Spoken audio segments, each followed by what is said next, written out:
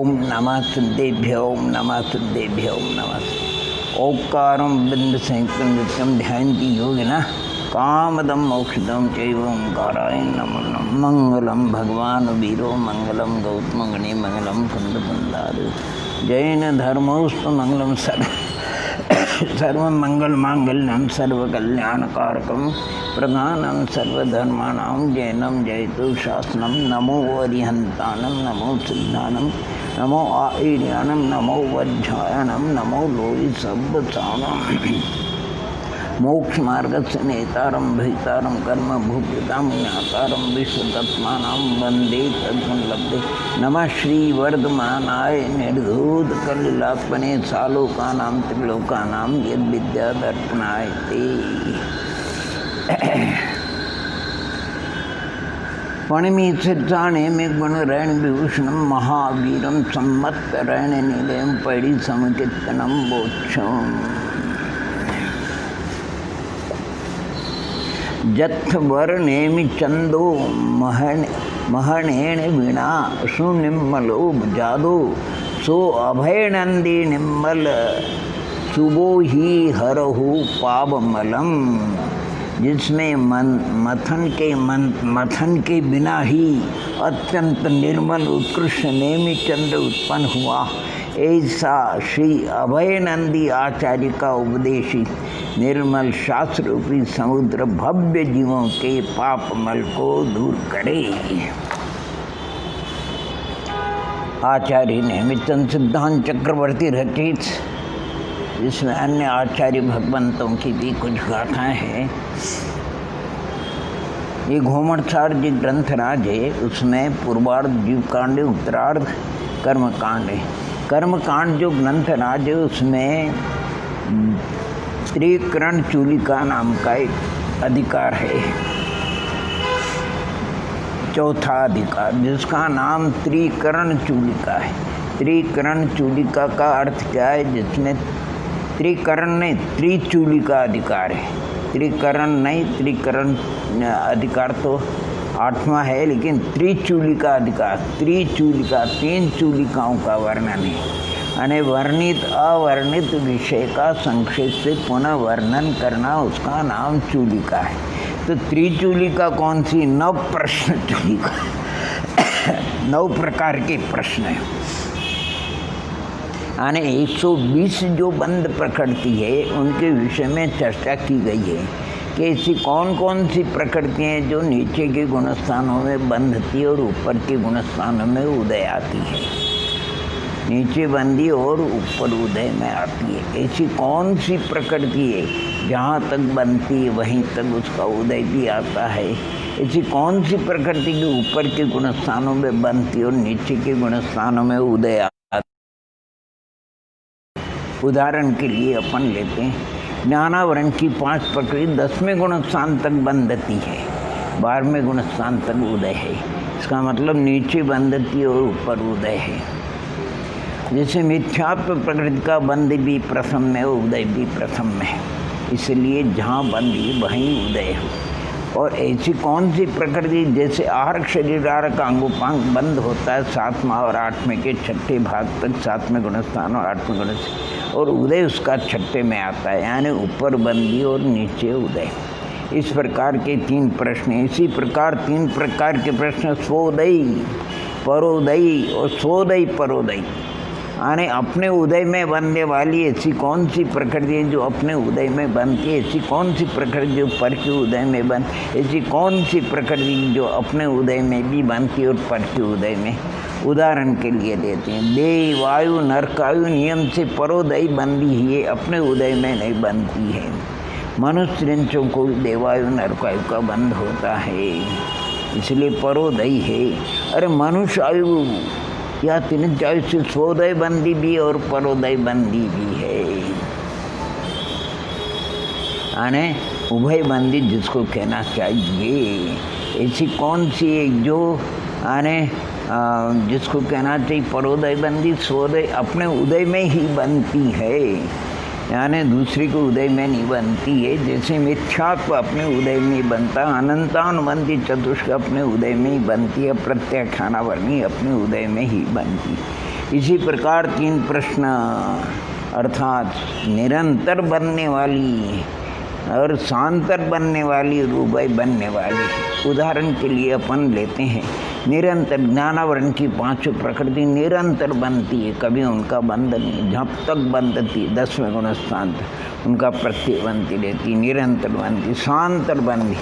जैसे वेदनी कर्म है उसकी 7 2 प्रकृति हैं, तो 6ठे गुण शांतक 7 यानी असाता भी बनती, साता भी बनती, इसलिए असाता प्रकृति शांतर बंदी है, क्योंकि कभी साता बंधेगी, असाता नहीं बंधेगी। और जो साता वेदनी प्रकृति है ये असाता वेदी शांतर बंदी हो गई, और साता वेदनी 6ठे गुण शांतक तो शांतर बंदी है, और 7 में से लेकर के 13वें तक उसका निरंतर बंद होता है, इसलिए वो शांतर निरंतर यानी उभय बंदी है। इस प्रकार 9 प्रश्न चूलिका। दूसरी चूलिका है 10 करण चूलिका, यानी कर्म की 10 अवस्थाओं का वर्णन है। बंद के बाद सत्ता में पड़े हुए, फिर स्थिति पूर्व के उदय आना, उदय पहले उदय आ जाना उदीर्णा है। सत्ता में पड़े हुए कर्मों का स्थिति अनुभाग आदि के बढ़ जाने को उत्कर्षण, घट जाने को अपकर्षण, सजाति एक प्रकृति दूसरी जाति रूप प्रमन हो जाना, संक्रमण एक स्थूल कथन है। इसी प्रकार और उपशम निधत्ति और निकाची। उपशम का अर्थ जिस कर्म में उदीर्णा नहीं होती उसका नाम उपशम है। सत्ता में जो कर्म है उसकी उदीर्णा नहीं होना उपशम है। और निधत्ति जिसमें उदीर्णा भी नहीं होती और संक्रमण भी नहीं होता उसका नाम निधत्ति है। और निकाचित उस कर्म उस प्रकृति को कहते हैं कि जिसमें न तो हमारे उदीर्णा होती, न संक्रमण होता है, न उत्कर्षण होता है, न अपकर्षण होता है। इस प्रकार की 8वें गुणस्थान तक इस प्रकार की 10 ही कर्म की अवस्था रहती है। 8वें के ऊपर 3 अवस्थाओं का विच्छेद हो जाता है, नहीं विच्छिन्न हो जाती, उपशम निधत्ति और निकाची, यानी 3 नहीं रहती हैं। तो इस प्रकार कर्म की बहुत सुंदर एक कोई नहीं है, इसको भी आप और हम अच्छी तरह समझ सकते हैं। माने जैसे माने हमारे यहाँ श्राविका है और ब्रह्मचारी आश्रम भी है। इसी श्राविका की भावना हुई किसी ब्रह्मचारी भाई को जिमाने की, तो उन्होंने ब्रह्मचारी भाई से कहा कि भाई साहब अब हमारे यहाँ भोजन को आना। अब उन्होंने निमंत्रण दिया, यानी रविवार का निमंत्रण दिया, उन्होंने स्वीकार कर लिया, वो बंद गए। इसका नाम क्या है? बंद। अच्छा, उन्होंने जिस दिन निमंत्रण दिया उस दिन वो था गुरुवार था, मान लीजिए गुरुवार के बाद शुक्रवार शनिवार, तो ये सप्ताह में, क्योंकि रविवार को आएंगे इसको सप्ताह कहते हैं। अच्छा, निमंत्रण उनको दिया रविवार को और कुछ समय पहले आ गए, उसका नाम उदीर्णा हो गया, यानी उदीर्णा जिसको कहना चाहिए। और जो समय पर आए उसका नाम उदय, उसका नाम क्या? उदय। अच्छा, रविवार का निमंत्रण दिया, कुछ असुविधा से जाकर का, यानी परिणामों के निमित्त से ही बदलाव होता है। तो आप तो रविवार की जगह शनिवार को आ जाना, अपकर्षण हो, अथवा रविवार की जगह आप तो सोमवार को पधारना, तो उत्कर्षण हो गया। अब जिनको निमंत्रण दिया वो ठीक समय पे आए भी सही, रसोई में जरा 10-5 मिनट की तैयारी में कमी थी, विराजिए, इसका नाम उपशम है। इसका नाम क्या है? उपशम है। अच्छा, संक्रमण भी नहीं हुआ और उदीर्णा भी नहीं हुई तो निधत्ति बन गया। अच्छा, उत्कर्षण भी नहीं होगा, अपकर्षण भी नहीं होगा, उपशम भी नहीं होगा, संक्रमण भी नहीं होगा, तो निकाचित हो जाती उसको। अच्छा, जिनको निमंत्रण दिया उनका स्वास्थ्य अनुकूल नहीं था, उनके यहाँ रसोई बन गई, उन्होंने अपने दूसरे भव्य साथी को भेज दिया, इसका नाम संक्रमण है। जो कर्म की 10 अवस्था है उसमें एक संक्रमण नाम की अवस्था है। और संक्रमण जो है 5 प्रकार का बताया। कितने प्रकार का? यानी उद्वेलन संक्रमण, अधप्रवृत्त संक्रमण, विद्यात संक्रमण, गुण संक्रमण और सर्व संक्रमण, ये आचार्य भगवंतों ने कर्मकांड में गाथा 408 से इसका वर्णन, बहुत ही सुंदर वर्णन किया है। और इसका पंचभागहार नाम क्यों दिया है? यानी जो सत्ता में पड़ी हुई कर्म प्रकृतियाँ सजाति, उनका संक्रमण किस विधि से होता है कि उसका भागाहार है, उसका भाग दे करके जितना लब्ध आवे उतना परमन होता है, इसलिए इसका नाम रखा भागाहार। तो मैं संक्षेप से आपको इस विषय को पढ़ करके बताता हूँ। संक्रमण के 5 भेद तो संसारी जीवों के अपने जिन परिणामों के निमित्त से शुभ कर्म और अशुभ कर्म संक्रमण करे, अर्थात अन्य प्रकृति रूप में उसको भागहार कहते हैं। यानी भाग के निमित्त, भागहार के निमित्त उसके उद्वेलन, विद्यात, अधप्रवृत्त, गुण संक्रम और सर्व संक्रमण के भेद से 5 प्रकार का है। संक्रमण का स्वरूप देखिए, नियम याद रखना आपको, बहुत अच्छी गाथाएं आप देखेंगे। यानी अन्य प्रकृति रूप परमन को संक्रमण कहते हैं। तो जिस प्रकृति का बंध होता है उसी प्रकृति का संक्रमण भी होता है, बंध नहीं होता उसका संक्रमण। यह सामान्य विधान है कि जिसका बंध नहीं होता उसका संक्रमण भी नहीं होता। इस कथन का यानी प्रयोजन यह है कि दर्शन मोहनी के बिना शेष सब प्रकृतियाँ बंद होने पर संक्रमण करती है, ऐसा नियम जानना, तथा मूल प्रकृतियों का संक्रमण अर्थात अन्य का अन्य रूप परस्पर में परमन नहीं होता, जैसे ज्ञानावरण का दर्शनावरणी आदि रूप। ज्ञानावरणी प्रकृति का कभी दर्शनावरण रूप संक्रमण नहीं होता। इससे सारांश यह निकला कि उत्तर प्रकृतियों में ही संक्रमण होता है, परंतु उत्तर प्रकृतियों में भी दर्शन मोहनी और चारित्र मोहनी का परस्पर में संक्रमण, यानी दर्शन मोहनी चारित्र रूप परमनी होती, चारित्र मोहनी दर्शन मोहन रूप। और इसी प्रकार आयु परस्पर में संक्रमण, नरकायु का 3 आदि किसी में संक्रमण एक सामान्य बढ़िया नियम है। इस नियम को धारण करना।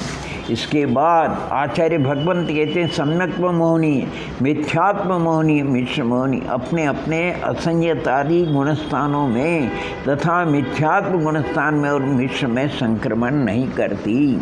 अर्थात सम्यक्त्व मोहनी ये जो है चतुर्थ गुणस्थान से लेकर के 7वें गुणस्थान तक इसका संक्रमण नहीं होता। मिथ्यात्व का मिथ्यात्व गुणस्थान में संक्रमण नहीं होता है और मिश्र का सम्यक मिथ्या 3रे गुणस्थान में संक्रमण नहीं होता। और सासादन तथा मिश्र गुणस्थान में नियम से दर्शन मोहनी त्रिका संक्रमण नहीं होता। सासादन यानी दूसरा गुणस्थान और असंयतादि 4 में होता है। मिथ्यात्व गुणस्थान को प्राप्त होने पर सम्यक्त्व मोहनी और मिश्र मोहनी का अंतर्मूढ़ तक तो अधप्रवृत्त संक्रमण होता है।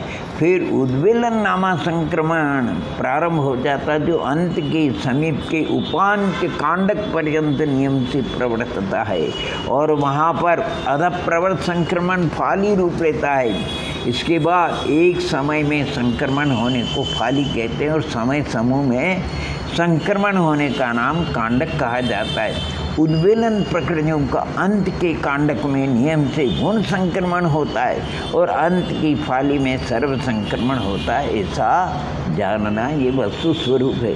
यहाँ पर प्रसंगवत 5 संक्रम का स्वरूप कहते हैं। अधप्रवृत्त आदि 3 करण रूप परिणामों के बिना ही कर्म प्रकृतियों के परमाणु का अन्य प्रकृति रूप प्रमन होना ये उद्वेलन संक्रमण है। और मंद विशुद्धता वाले जीव की स्थिति अनुभाग के घटाने रूप भूतकालीन स्थिति कांडक और अनुभाग कांडक तथा गुण श्रेणी आदि परिणामों में प्रवृत्ति होना उसका नाम विद्या संक्रमण है। और बंद रूप हुई प्रकृतियों का अपने बंद में संभवती प्रकृतियों में परमाणु का जो प्रदेश संक्रमण होता है वह अधप्रवृत्त संक्रमण कहलाता है। और जहाँ पर प्रति समय असंख्यात गुण श्रेणी के क्रम से परमाणु प्रदेश अन्य प्रकृति रूप प्रणमन करे, परमेश्वर सो गुण संक्रमण कहलाता है। और जो अंत के कांड की, अंत की फाली के सर्व प्रदेशों में जो अन्य प्रकृति रूप नहीं हुए, उन परमाणु का अन्य प्रकृति रूप होना, उसका नाम सर्व संक्रमण है। इस प्रकार संक्षेप में 5 संक्रमणों का स्वरूप है। सर्व संक्रमण और प्रकृतियों में तिर्यक एकादेश जिनका उदय त्रिंच गति में ही नियम से पाया जाता है, वो 11 प्रकृति ऐसी है जो त्रिंच गति में ही उदय को प्राप्त होती है। त्रिंच गति और गत्यानुपूर्वी एकेन्द्रियादि 4 जाति, आताप, उद्योग, स्थावर, सूक्ष्म और साधारण, ये 11 प्रकृति ऐसी है त्रिंच गति में ही इनका उदय होता है, अन्य गतियों में इनका उदय नहीं होता, इसलिए इनका नाम तिर्यक एकादश। आहारक युगर, सम्यक मौनी, मिश्र मौनी, देव गति का जोड़ा, नरक गति का, नर गति, चतुष नर गति, गत्यान पूर्वी, व्यक्ति शरीर, उच्च गोत्र, मनुष्य गति का युगर, मनुष्य गति, गत्यान, ये 13 प्रकृति उद्वेलन प्रकृति, जिसमें नाम कर्म की 10 है, मोहनी की 2, सम्यक मोहनी और मिश्र मोहनी और एक गोत्र की है उच्च गोत्र, और 10 नाम कर्म, 13 उद्वलन प्रकृति। यानी प्रकृतियों के बंद होने पर अपनी अपनी बंद विच्छुत्ति पर्यंत अधः प्रबल संक्रमण होता है, जब तक उनकी बंद विच्छुत्ति नहीं होती। परंतु मिथ्या प्रकृति का जो है वो अधः प्रबल संक्रमण नहीं होता है, क्योंकि सम्मम मिच्छम आगवता इत्यादि गाथाओं के द्वारा इसका निषेध पहले करके मिथ्या का पहले गुणस्थान में संक्रमण नहीं होता। और बंध की विच्छुत्ति होने पर असंयत से लेकर के अपनमत पर्यंत विद्यात नामा संक्रमण, ये राजमार्ग हो, तथा अप्रमत से आगे उपशांत कषाय पर्यंत बंद रहित अप्रशद प्रकृतियों का, यानी अपने सजाति प्रकृतियों में, उसका नाम गुण संक्रमण होता है। और इसी तरह प्रथमोपसन सम्यकवादी अन्य जगह भी गुण संक्रमण होता है, ऐसा जान। तथा मिश्र और सम्यक प्रकृति के पूर्ण काल में, यानी जब 3 टुकड़े होते हैं नहीं, और औपशमिक सम्यक तो होते ही, तो पूर्ण काल में और मिथ्यात्व के क्षय करने में अपूर्व कर्म परिणामों के द्वारा मिथ्यात्व के अंतिम कांड की उपांत्य फाली पर्यंत इनका गुण संक्रमण और अंतिम फाली में इनका सर्व संक्रमण होता है। उन सर्व संक्रमण प्रकृतियाँ कौन कौन सी ऐसे उसको बता दें। पूर्व कथित तिर्यक एकादेश और उद्वेलन की 13 और संज्वरण लोभ, सम्यक मोहनी, मिश्र मोहनी, 3 के बिना मोहनी की 25, संज्वलन लोभ, सम्यक मोहनी और मिश्र मोहनी 3 के बिना 25, और ध्यान वृद्धि आदि 3 निद्रा। इस प्रकार 52 प्रकृतियाँ सर्व संक्रमण की, तिर्यक एकादश, उद्वेलन की 13, मोहनी की 25, 3 को छोड़ करके संज्वलन लोभ, सम्यक मोहनी और मिश्र मोहनी, और दर्शनावरण की 3 शांति आदि 3 निद्रा, ये 52 प्रकृति सर्व संक्रमण की है। आगे प्रकृतियों के संक्रमण का नियम बताते हैं। क्या सुंदर बात है, जरूर आप लोग अवश्य इसका अध्ययन मनन करेंगे। कुल 122 प्रकृति उदय की अपेक्षा, उसमें आयु का संक्रमण नहीं होता है, तो जो वर्णादि नाम कर्म 4 वो प्रशस्त अप्रशस्त इस प्रकार मिला करके 122 हो जाएंगे। कुल 122 प्रकृतियों का संक्रमण में बतला 39 प्रकृतियाँ तो ऐसी जिनमें मात्र, यानी उसका बता रहे 39 प्रकृतियों में क्रम से एक ही संक्रमण होता है। 30 प्रकृति ऐसी जिनमें 4 संक्रमण होते हैं, 7 प्रकृति ऐसी जिसमें 2 संक्रमण होते हैं, और 20 प्रकृति ऐसी जिसमें 3 संक्रमण होते हैं, और एक ऐसी प्रकृति है जिसमें 4 और 5 संक्रमण होता है, और 12 प्रकृति ऐसी है जिसमें 2 संक्रमण होता है। माने क्या बताया, 5 संक्रमण होता है 12 प्रकृतियों में। और चार चार चार यानी ऐसी प्रकृति जिनमें दो दो और तीन संक्रमण होते हैं। बहुत सुंदर है, गाथा नंबर 418 है। उन प्रकृतियों के तथा उनके संक्रमणों का बहुत खुलासा 7 गाथाओं में किया है। वो सब आप ही भव्यात्मा, मैं तो संक्षेप में उसको आपको बता देता हूँ। सूक्ष्म सांप्राय में बंद विच्छिन्न होने वाली घात्या कर्म की 14 प्रकृति हैं, साता वेदी हैं, संज्वलन लोक, पंचेंद्रिय जाति, तेजस का युगल, समचतुरस आने वर्णादि 4, समचतुर संस्थान वर्णादि 4, अगु लघु परघात उच्छ्वास और प्रशस्त व्यायुगति तरसादि 10 और निर्माण, इन 39 प्रकृति से इनमें मात्र एक अधप्रवर संक्रमण होता है।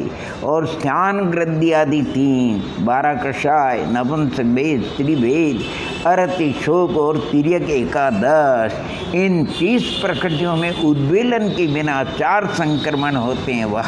और निद्रा प्रचला अशुभ वर्णादि 4 और उपघात, इन 7 प्रकृतियों में गुण संक्रमण और अधप्रबल संक्रमण 2 पाए जाते हैं। और असाता वेदनीय अप्रशस्त व्यायुगति पहले के बिना 5 सहनन और 5 संस्थान ऐसे 10 और निज गोत्र अपर्याप्त और अस्थिर आदि 6। इस प्रकार 20 प्रकृतियों में विद्यात संक्रमण, अधप्रबल संक्रमण और गुण संक्रमण, ये 3 संक्रमण पाए जाते हैं। और मिथ्यात्व प्रकृति में विद्यात, गुण और सर्व संक्रमण ये 3 होते हैं। तथा सम्यक मौनी और विद्या, सम्यक मौनी में विद्यात संक्रमण के बिना 4 संक्रमण होते हैं। सम्यक मोहनी के बिना 12 उद्वेलन प्रकृतियों में 5 ही संक्रमण होते हैं। और संज्वलन क्रोध आदि 3 तथा पुरुषवेद, इन 4 में अधप्रवर्त और संक्रमण 2 ही संक्रमण होते हैं। औदारिक शरीर का, औदारिक शरीर देख यानी वज्रवृषभ नारासन तीर्थंकर 4 प्रकृतियों में विद्या संक्रमण और अधप्रवर्त 2 संक्रमण होते हैं। देखो तीर्थंकर प्रकृति में 2 बताए, विद्या संक्रमण और अधप तथा हास्य रति भय जुत्सा, इन 4 प्रकृतियों में अधप्रवर्त गुण और सर्व संक्रमण 3 होते हैं। आगे विद्या संक्रमण की प्रकृतियों को दिखाते हैं। सम्यक मोहनी के बिना उद्वेलन प्रकृतियाँ 12, ध्यान वृद्धि आदि 3 अधिक 30 और असाता वेदनी आदि 20, वज्रवृषभ नारासनन औदारिक युगल तीर्थंकर प्रकृति मिथ्या, वे 67 प्रकृति ऐसी हैं जिनमें विद्या संक्रमण होता है। अधप्रवर संक्रमण और गुण संक्रमण की प्रकृतियों को भी यहाँ पर बताते हैं। यानी मिथ्या प्रकृति के बिना 121 प्रकृतियों में अधप्रवर संक्रमण होता है। और सूक्ष्म सांप्राय में बंद होने वाली घात्या कर्म की 14 प्रकृतियों को आदि लेकर 39 प्रकृतियों में और औदारिक 2 तीर्थंकर वज्रवृषभ नाराज पुरुषवेद संज्वलन क्रोध आदि 3 47 प्रकृतियों को कम करके शेष बची 75 प्रकृतियों में गुण संक्रमण होता है। इस प्रकार प्रकृतियों में संक्रमण का नियम बताया। स्थिति अनुभाग बंद के तथा प्रदेश बंद के संक्रमण के गुणस्थानों की संख्या के स्थिति और अनुभाग बंद, स्थिति और अनुभाग का बंद नियम से सूक्ष्म सांप्राय पर्यंत ही है, क्योंकि उक्त बंद का कारण कषा है वहीं तक है। और बंद रूप प्रदेशों कर्म परमाणु का संक्रमण भी सूक्ष्म सांप्राय गुणस्थान तक ही, क्योंकि बंदे अधापवत्तो इस गाथा सूत्र के अभिप्राय से स्थिति बंद पर्यंत ही संक्रमण होना संभव है। पंच भागाहारों का अल्प बहुत्व 6 गाथाओं में बताया। 430 से लेकर के 430 से लेकर के 435 तक बहुत बढ़िया। देखो अन्य भी भागाहार, सर्व संक्रमण नाम भागाहार सबसे थोड़ा। देखो भागाहार कम होगा तो ज़्यादा परमाणु आते हैं। जैसे 100 भागाहार 1 का भाग देंगे 100 आ जाएगा, 100 का 100 परमाणु हो जाएगा। और उसका प्रमाण एक रूप कल्पना किया गया है। इससे असंख्यात गुणा यानी पल्ली के अर्धच्छेदों के असंख्यात में भाग प्रमाण गुण संक्रमण का भागाहार है। वाह क्या बात है, बढ़िया। पल्ली के अर्धच्छेदों के असंख्यात में भाग असंख्यात गुणा है। इससे असंख्यात गुणे अपकर्षण और उत्कर्षण भाग आ रहे, जो प्रसंग पर लगा लेना है। तो भी वे दोनों जुदे जुदे पल्ले के अर्धच्छेदों के असंख्यात में भाग प्रमाण ही है, क्योंकि असंख्यात के छोटे बड़े की अपेक्षा बहुत भेद है। इससे अधप्रवर्त संक्रमण भागाहार वाह असंख्यात गुणा है, और उसे असंख्यात गुणा योगों के कथन में जो गुणकार कहा है वह जानना, और इससे कर्मों की स्थिति की नाना गुण हानि शलाका का प्रमाण असंख्यात गुणा है। वह पल्ले की वर्ग शलाका के अर्धच्छेदों को पल्ले के अर्धच्छेदों में घटा करके जो प्रमाण रहे उतना है, और इससे पल्ले के अर्धच्छेदों का प्रमाण वह अधिक है। यह अधिकता पल्ले की वर्ग शला के अर्धच्छेदों के प्रमाण है, और इससे पल्ले का प्रथम वर्गमूल असंख्यात गुणा, और इससे कर्मों की स्थिति की जो एक गुण हानि उसके समय का प्रमाण असंख्यात गुणा है।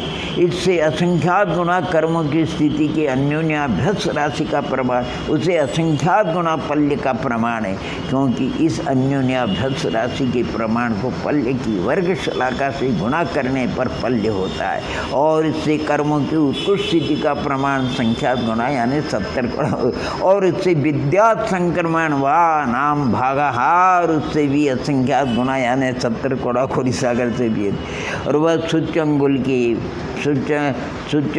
के प्रमाण संख्यात गुणा है। वह सूच्यंगुल प्रमाण है, वाह सूच्यंगुल में जितने प्रदेश उतना, उससे विद्यात संक्रमण नाम भागाहार असंख्यात गुणा है। वह सूच्यंगुल के असंख्यात में भाग प्रमाण है, यानी ये भी सूच्यंगुल का संख्यात्मा भाग है, और विद्यात संक्रमण भी सूच्यंगुल का संख्यात्मा भाग का भाग है। तथा इससे असंख्यात गुणा उद्वेलन संक्रमण भाग आ रहे, यानी सबसे ज़्यादा, इसलिए थोड़े थोड़े परमाणु उद्वेलन को प्राप्त होते हैं, इसलिए उसमें पल्ले का संख्यात बहुत लंबा काल लग जाता है। इससे कर्मों के अनुभाग की नाना गुण हानि शलाका का प्रमाण अनंत गुणा है वह, और इससे उस अनुभाग की एक गुण हानि के आयाम का प्रमाण अनंत गुणा, और उससे उसी की 1.5 गुण हानि का प्रमाण उसके आधे प्रमाण कर अधिक है, और उससे 2 गुण हानि का प्रमाण आधा और करो, आधा गुण हानि के प्रमाण अधिक है। इसी को निश्चय का हार कहते हैं 2 गुण हानि के। इससे उस अनुभाग की अन्योन्याभ्यस राशि का प्रमाण अनंत गुणा। ये प्रसंग पा करके अन्य भी बता दिए, लेकिन हमको सिर्फ इतना समझना कि सबसे छोटा भागाहार सर्व संक्रमण का है, और फिर उससे असंख्यात गुणा यानी पल्ले के अर्धच्छेदों के असंख्यात में भाग प्रमाण गुण संक्रमण का भागाहार है, और गुण संक्रमण के भागाहार से असंख्यात गुणा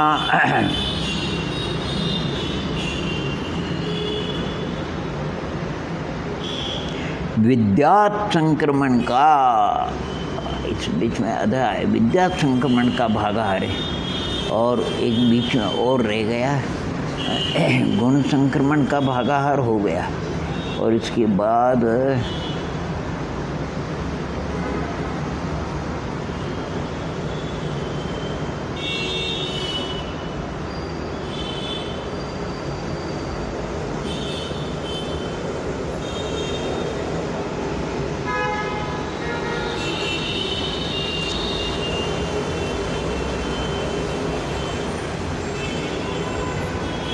बीच में आना सर्व संक्रमण गुण संक्रमण हो गया।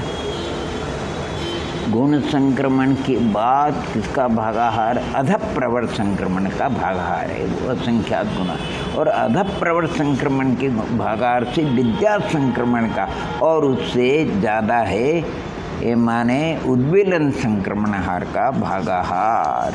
इस प्रकार एक बहुत ही सुंदर, ये आप भव्यात्मा को इसको पढ़ कर के देखना है। इसको हमने जैन कर्म अनुचिंतन में जो प्रसंग पा कर के थोड़ा सा भव्यात्माओं के लिए सार दिया है।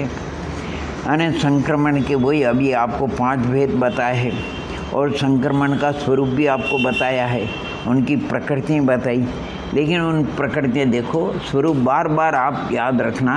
अधप्रवर्त आदि 3 करण रूप परिणाम के बिना ही कर्म प्रकृतियों के परमाणु का अन्य प्रकृति रूप परिणाम होना, उसका नाम उद्वेलन संक्रमण है। और उद्वेलन संक्रमण की प्रकृतियाँ कितनी है तो कहते हैं 13 है। उसमें मोहिनी की 2 सम्यक मिथ्या सम्यक प्रकृति, गोत्र की 1 उच्च गोत्र है, और नाम कर्म की 10 है।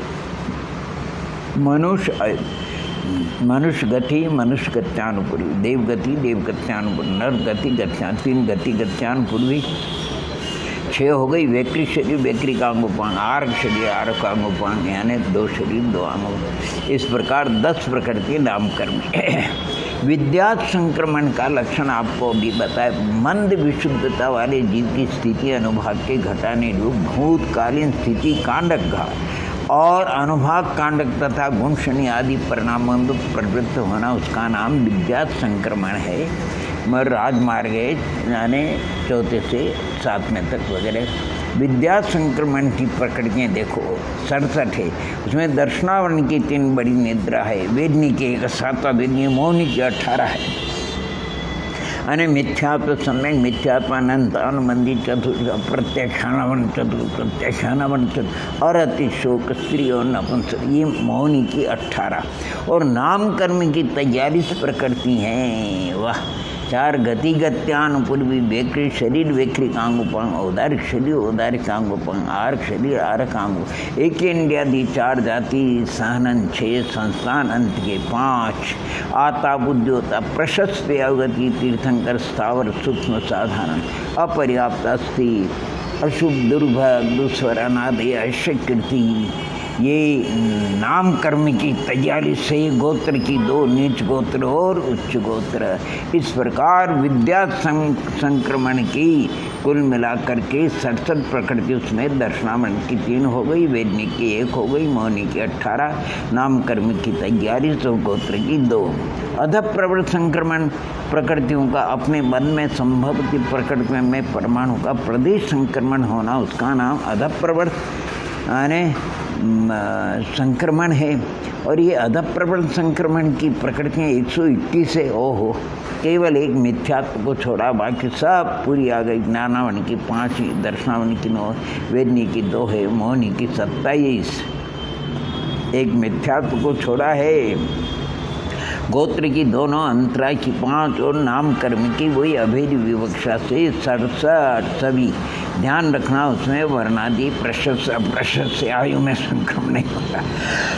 गुण संक्रमण, जहाँ पर प्रति समय असंख्यात गुण श्रेणी के क्रम से परमाणु प्रदेश अन्य प्रकृति रूप पर में, उसका नाम गुण संक्रमण है। और गुण संक्रमण की प्रकृतियाँ 75 है। उसमें ज्ञानावरण की 5 है, वेदनी की 1 साता वेदनी है, हमारे ज्ञानावरण दर्शनावरणी की 5 हो, दर्शनावरणी की 5 यानी 5 निद्रा, और मोहनी की 1 वेदनी की 1 साता वेदनी, और मोहनी की 23 पर ध्यान है। कौन कौन सी नहीं वो बताएंगे आपको। 23 कौन सी? मिथ्या तो सम्यक मिथ्या, सम्यक प्रकृति, अनंतान मंदी चतुष अप्रत्याख्यानावण चतुर्थ प्रत्याख्यानावण चतुर्थ, हाथ रति अरति शोक भय जिगुषा श्रीवेद नपुंसक भेद। इस प्रकार मोहनी कर्म की कुल 23 है। उसमें संज्वलन चतुष्क और एक पुरुष वेद छुटा है, और गोत्र की 2 नीच उत्कुत, और नाम कर्म की 44। देखो उसमें विद्यात्व में कितनी थी, अर्थात 43, और इसमें 44। 4 गति गत्यानुपरी, वैक्रिक शरीर वैक्रिकांग, आर्क शरीर आर्कांगोपा, एक इंद्रियादि 4 जाति, अंत की 5 संस्थान, अंत की 5 सहन। देखो, और अशुभ वर्णादि 4, आता बुद्धियोत उद्गात, अप्रशस्त व्यवगति, स्थावर सूक्ष्म साधारण, अपर्याप्त अस्थिर अशुभ दुर्भग दुस्वर अनादय और ऐसे कीर्ति, ये 44 प्रकृति नाम कर्म की है। और सर्व संक्रमण जो अंत के कांड के अंत की फाली के सर्व प्रदेशों में जो अन्य प्रकृति रूप नहीं हुए, उन परमाणु का अन्य प्रकृति रूप होना, वो सर्व संक्रमण है। सर्व संक्रमण की प्रकृतियाँ 52 है। उसमें किस कर्म की? दर्शनावनी की 3 बड़ी निद्रा है, मौनी की 27, केवल संज्वलन लोभ को छोड़ करके बाकी पूरी 27 है। गोत्र के 1 उच्च गोत्र है, और नाम कर्म की 21 है। कौन कौन सी? तिरंज गति गत्यानुपूर्वी, देव गति गत्यानुपूर्वी, नरक गति गत्यानुपूर्वी। वाह। वेकरी शरीर वैक्रिकांगोपांग आर्क शरीर आरकांगोपांग 10 मनुष्य गति गत्यानुपूर्वी विवाह आताप उद्योग स्थावर सूक्ष्म साधारण एक इंद्रियादि 4 जाति वो तिर्यक एकादश उद्वेलन की 13 आदि जो बताई 21 यानी 21 प्रकृतियाँ नाम कर्म की है। यानी पांचों संक्रमण किन किन प्रकृतियों के होता है? 12 प्रकृति ऐसी है जिनमें पांचों ही संक्रमण होता है। मोहिनी की 1 सम्यक मिथ्यात्व और गोत्र की 1 उच्च गोत्र और नाम कर्म की 10। ये 12 प्रकृति ऐसी है जिनमें पांचों संक्रमण होते हैं। देख लो, सम्यक मिथ्यात्व को छोड़ा है।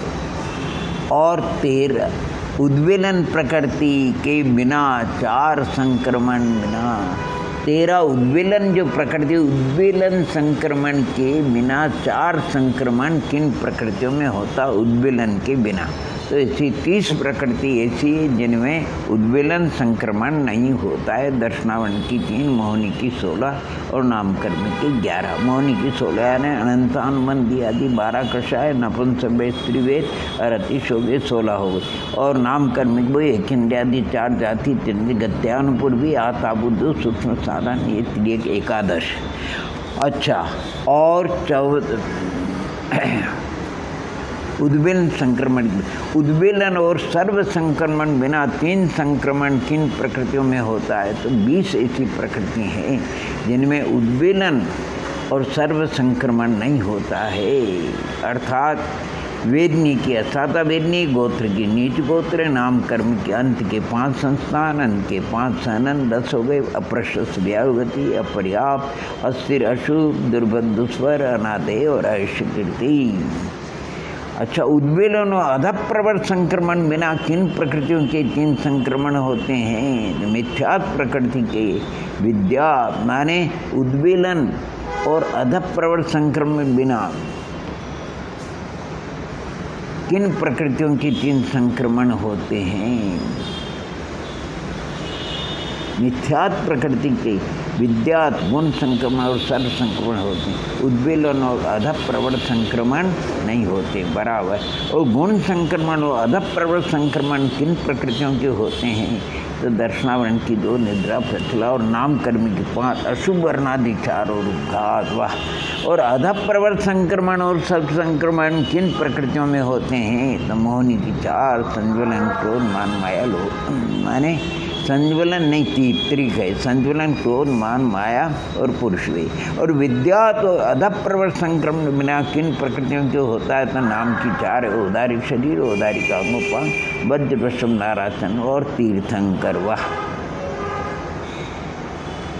इनमें विद्या तो अधप्रवर संक्रमण होता है। अधप्रवर गुण सर्व संक्रमण किन प्रकृतियों में होता है? तो वाह। हास्य, रति, भय और जुगुप्सा। यानी आप जरूर इसमें थोड़ा आगे पीछे हो सकता है। बहुत ही सुंदर संक्रमण का वर्णन किया है। आप बड़ी टीका से अवश्य आधार लेकर के उसको पढ़ेंगे। बाकी ये सब विशिष्ट ज्ञान का विषय है। जो शुद्ध केवली भगवंत है, विशेष ज्ञानी, उनके ज्ञान का विषय है। अपन भी आगम के अनुसार उसका चिंतन और मनन कर सकते हैं। सब जितने कर्म की अवस्थाएं हैं बिना परिणाम के निमित्त से नहीं होती है। सब ये नैमित्तिक अवस्थाएं जीव के परिणामों का निमित्त पाकर कर्म की 10 अवस्था तो होती है।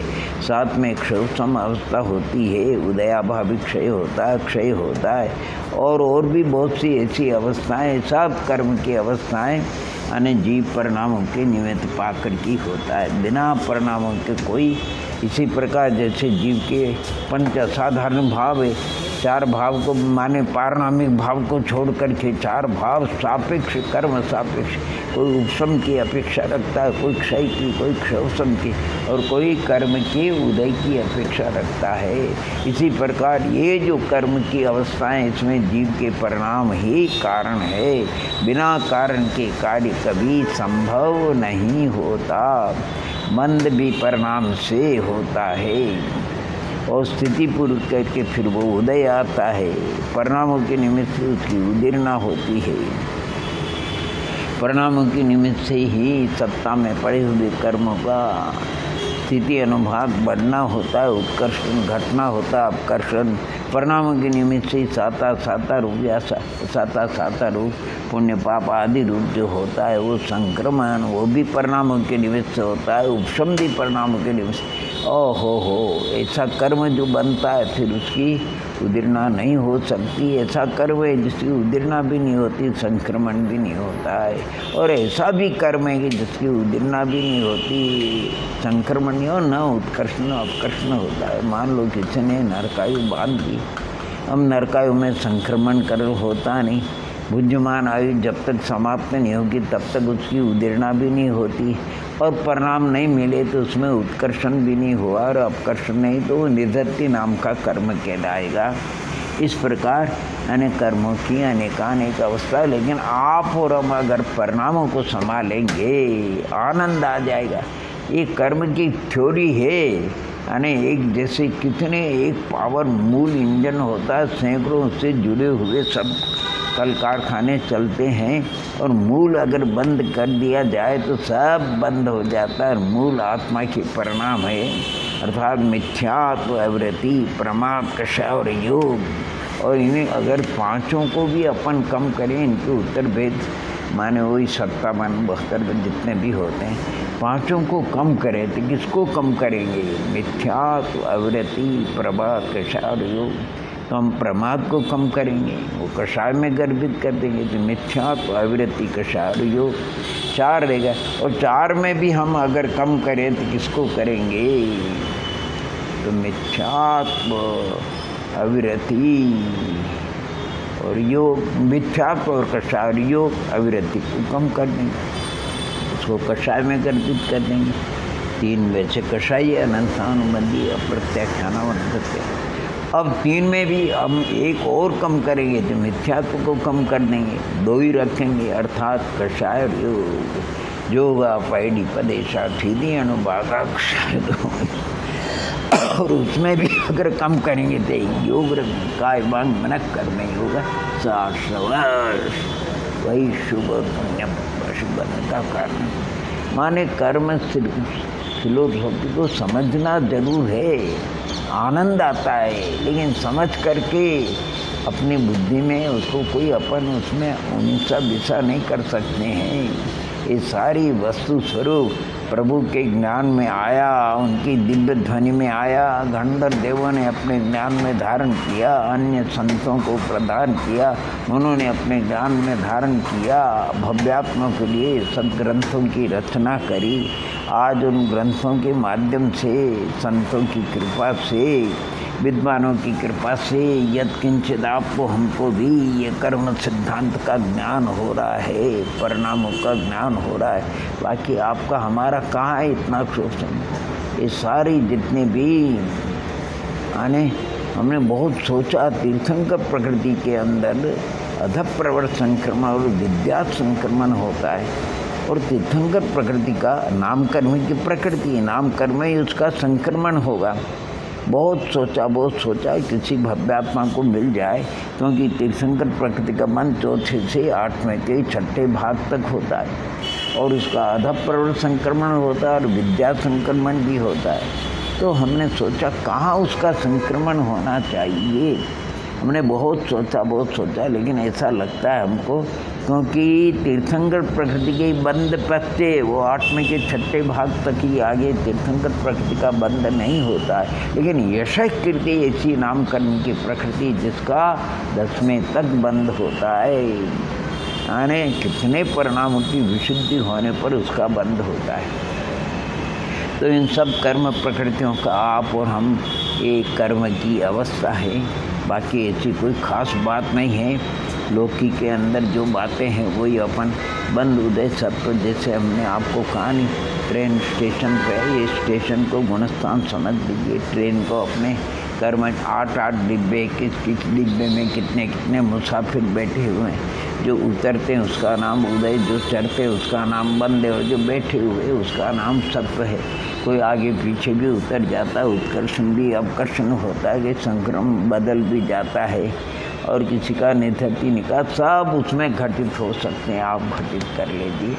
तो इस प्रकार हम कर्म सिद्धांत के विषय में भी, लेकिन मूल बात इतनी है, कर्म यानी कहीं ऐसा भी शास्त्रकारों ने वर्णन किया है, यानी जैसे घास, ईंधन ढेरों है, लेकिन आग की एक चिंगारी लग जाए तो अंतर्मूर्ति में उसको राख कर देती। ऐसे असंख्यात वर्ष में बांधा हुआ कर्म जो सत्ता में पड़ा है, ढेरों पड़ा हुआ है, लेकिन परिणाम की विशुद्धि के अगर आग लगे तो अंतर्मूर्ति में उसका खाक हो सकता है, उसका यानी कर्मत्वपना का अभाव हो सकता है। तभी तो निर्माण होता है। असंख्यात वर्ष की स्थिति के उन सब कर्मों को क्या प्रायोग लब्धि देखो। अरे पंच लब्धि में क्षावसमिक लब्धि, विशुद्धि लब्धि, ओहो, और देशना लब्धि के अनंतर जो भगवान के उपदेशानुसार चारों अनुयोगों के उपदेश माने अनुसार जो भव्यात्मा तन्मय होकर के जीवादि तत्व, षड्द्रव्य, पंचाशी का, 7 तत्व, 9 पदार्थ का, द्रव्य गुण पर्याय का, निश्चित और निमित्त उपादान का, जीव को हितकारी सम्यक दर्शनादि भावों का, हितकारी मिथ्या दर्शनादि भाव हे उपाधि का, ये एकांत में बैठ कर के चिंतन करता है और आगम के अपने विचारों को मिलाता है, उसकी विशुद्धि बढ़ती, उस विशुद्धि से उसको प्रायोग लब्धि हो कहाँ 6ठे 7वें गुणस्थान तक बनने वाली प्रकृति बंद रुक जाती है। देवायु अप्रमद निर्तिशय अप्रमद तक बनती है, उसका बंधासन हो जाता है। 6ठे गुणस्थान की प्रकृतियों का बंधासन होता है, 4थे गुणस्थान की प्रकृतियों का बंद रुक जाता अंतर्मुख के लिए।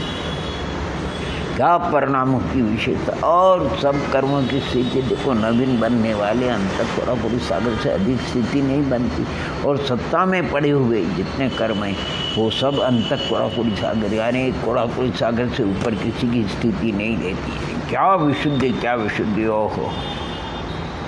और ये सब अधकरण अपूर्व परिणाम, एक जीव की अपेक्षा तो अपूर्व परिणाम है, और उन परिणामों के निमित्त से सब कार्य होते हैं। भैया जी, सम्यक दर्शन केवल ज्ञानादि ये तो गोदी के हैं, काम करने वाले तो ये परिणाम है। आहा, जो शुद्ध ज्ञान का व्यापार है जिसको अपन कहते हैं, देखो दर्शन मोह की उपसामना भी अधकरण अपोतीन करण की विशुद्धि से होती है। अरे अनंतानुबंध की विसंयोजना भी 3 करण से होती है, दर्शन मोह की क्षपना भी 3 करण से होती है, अरे द्वितीयोपम भी 3 करण से होता है, और चारित्र मोह की उपसामना भी 3 करण से होती है, चारित्र मोह की क्षपना भी 3 करण से। सब जगह की स्वामी अलग है, विशुद्धि में बहुत अंतर है, लेकिन 3 करण काम करते हैं सारा, इन करणों के द्वारा सारे काम होता है। और हमें तो कभी कहते हैं सम्यक की महिमा अपरंपार मानी, लेकिन जो मिथ्यात्व अवस्था में अनादि मिथ्या दृष्टि है, अगर उसको भी अधकर्म की जघन्य विशुद्धि भी उसके जीवन में प्रकट हो जाती है, तो उसका अनंत संसार समाप्त हो जाता है। अब उसके परावर्तन नहीं होगा, वो भी छूट जाए तो शादी मिथ्यात्व से अर्धपुद्गल परावर्तन बताए। अगर सम्यक्त्व न छूटे तो 15 भाव का उल्लंघन नहीं करता है। इसलिए परिणामों की अद्भुत विशुद्धि कमाल है। उस विशुद्धि को बुद्धिपूर्व हमको बताया, प्रायोग लब्धि हो या अधकरणापुर अनुदति, बुद्धिपूर्वक तो जिनेश्वर देव के उपदेशानुसार हमको तत्वों का चिंतन मनन करना, उहापो करना। ये सब जितने भी भाषा ग्रंथ लो, छदाला हो, द्रव्य संग्रह, रत्नकरण, श्रावकाचार, जैन सिद्धांत, पुष्का, तत्वार्थ, सदर, पुरुषार्थ, सिद्धिपाय, दीपकांड, कर्मकांड, लब्धिसार, खटनासार, त्रिलोकसार, त्रिलोक समय सार जी, प्रवचन सार जी, पंचाशाय, दियन सार, अष्टभाव, समाधि तंत्र, श्लोक देश परमात्मा प्रकाश योग सारा आदि जितने भी पद्म पुराण आदि ग्रंथ है, ओहो चारों अनुयोगों के, वो सब जिन भगवान की आज्ञा है उसी आज्ञा के अनुसार हमको तत्वों का चिंतन मनन करना है। जो भव्यात्मा अंतरंग अपने परिणामों की विशुद्धि के लिए इस प्रकार का पुरुषार्थ करता है, उसके परिणामों की विशुद्धि बढ़ती है। और ये लिखा इसी भव में उसको आने अनंत संसार का विच्छेद होगा, उसको सम्यक प्राप्त वास्तविक हो।